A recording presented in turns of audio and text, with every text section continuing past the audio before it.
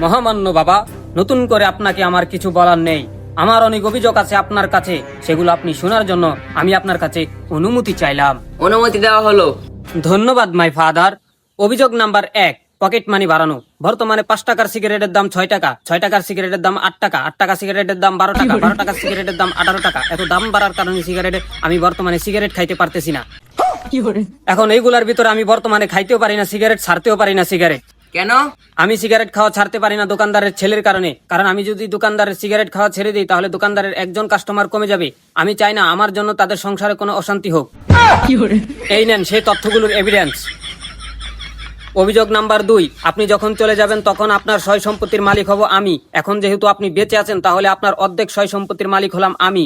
কিন্তু গভীর দুঃখের সাথে জানানো যাচ্ছে যে আপনি সেই জমিনগুলো চাষ করেন, চাষ করে সবগুলো টাকা আপনি একলা নিয়ে যান, কিন্তু আমাকে একটি টাকাও দেন না। এটা আমি মানতে পারলাম না মহামান্য ফাদার।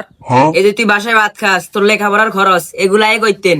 খাওয়া খরচ আর পড়ার খরচ হলো আলাদা, আর সয় সম্পত্তির খাজনা হলো আলাদা। এখন আপনি বলেন আমার আইন কোন সময় আপনি মেনে নেবেন? Order order order. সমস্ত সাক্ষ্য প্রমাণের ভিত্তিতে আদালত এই রায় দিচ্ছে যে তুমি আমার আপন ছেলে না। তাহলে আমি কে? বয়স ছিল তখন তোমার 7, তোমাকে পেলাম আমি পুকুরের ঘাট। এখন তুমি বড় হয়ে আমার সয় সম্পত্তির দিকে দিচ্ছ হাত। তাহলে আমি আপনার প্রালিখিত সন্তান।